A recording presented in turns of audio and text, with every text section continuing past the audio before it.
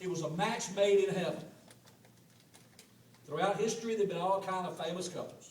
Adam and Eve, Ruth and Boaz, Romeo and Juliet, Ken and Barbie.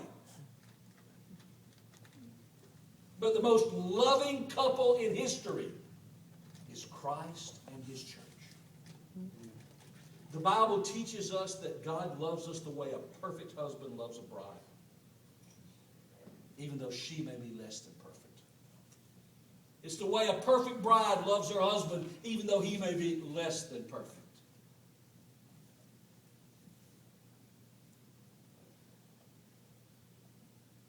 If you read Isaiah 62, you see God's love for us expressed in terms of like an unfaithful wife. Israel had strayed away from God. But rather than rejecting Israel, God promised this rebellious nation, no longer will they call you deserted or name your land desolate, but you will be called Hephzibah, which means my delight. You will be called my delight, and your land Beulah, which means my bride. You'll be called Hephzibah, my delight. Your land will be called Beulah, my bride. For the Lord will take delight in you, and your land will be married.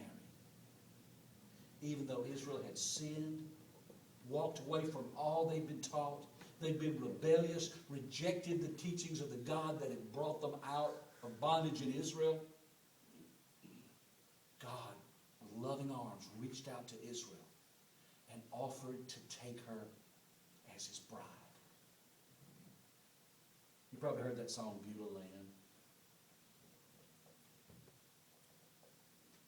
In that song, Beulah Land is used as a symbol for heaven.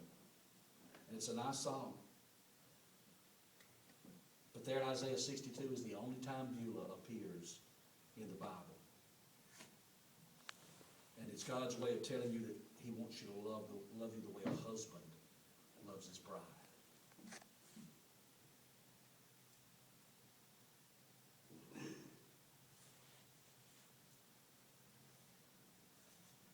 Read about